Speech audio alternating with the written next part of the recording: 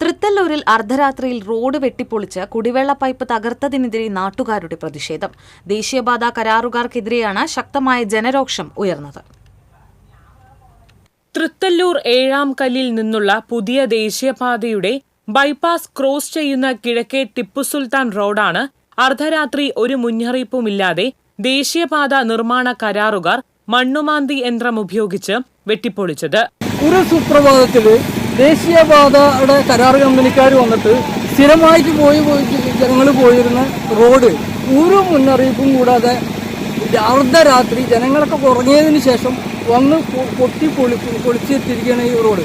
ഈ പൊളിച്ചിട്ടത് മാത്രമല്ല, അതിന് ജല അതോറിറ്റിയുടെ പൈപ്പ് കൊണ്ട് അത് തകർന്ന് ലക്ഷക്കണക്കിന് ലിറ്റർ വെള്ളം നാശമായി പോയി. ഇതിന്റെ ഉദ്യോഗസ്ഥന്മാരോട് ചോദിച്ചപ്പോൾ അവർ പറയുന്നത് ഞങ്ങൾക്കൊന്നും അറിയില്ലെന്ന്.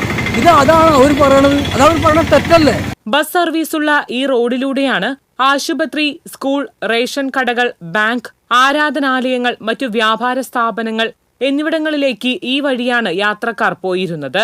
റോഡ് വെട്ടിപ്പൊളിച്ചപ്പോൾ വാട്ടർ അതോറിറ്റിയുടെ പൈപ്പുകൾ പൊട്ടി കുടിവെള്ളം കുത്തിയൊഴുകി. പൊതുപ്രവർത്തകരായ ഖാദർ ചേലോട്, ജയതിലകൻ ചാളിപ്പാട്ട്, ഷാരി സുധീർ, സയ്യിദ് മുഹമ്മദ് എന്നിവരുടെ നേതൃത്വത്തിൽ ജനങ്ങൾ പ്രതിഷേധവുമായി രംഗത്തു വന്നു.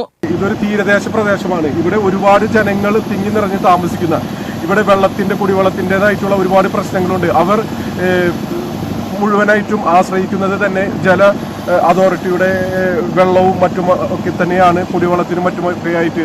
പ്രശ്നം പരിഹരിക്കാമെന്ന് കരാർ കമ്പനിയുടെയും ഹൈവേ അതോറിറ്റിയുടെയും പ്രതിനിധികൾ ഉറപ്പു നൽകിയതോടുകൂടിയാണ് പ്രതിഷേധം അവസാനിപ്പിച്ചത്.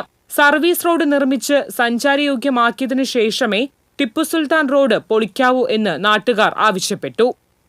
TCV news, Triprayar.